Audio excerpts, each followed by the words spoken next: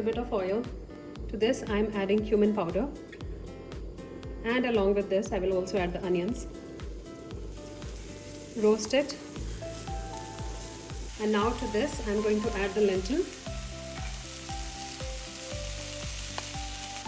We just have to dry the water out of it a little bit. Now I've turned off the heat and I'm adding tomatoes, cucumber, green chili, salt and black pepper.